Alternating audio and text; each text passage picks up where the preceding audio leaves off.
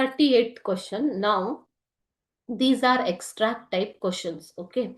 Part 5. First one. Why didn't you come to school today? This is in the first paragraph only.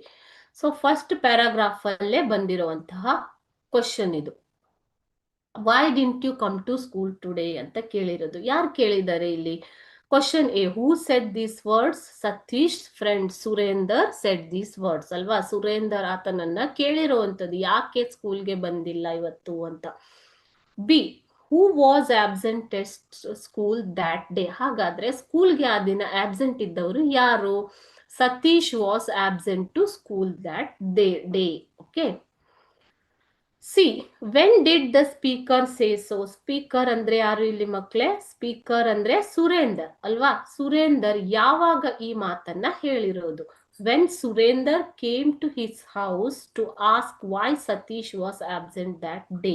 So Surender ಆತನ ಮನೆಗೆ ಬಂದಾಗ ಈ ಪ್ರಶ್ನೆಯನ್ನ ಕೇಳಿರುವಂತದ್ದು, ಯಾಕೆ ಸ್ಕೂಲ್ಗೆ ಬಂದಿಲ್ಲ ಇವತ್ತು ಅಂತ.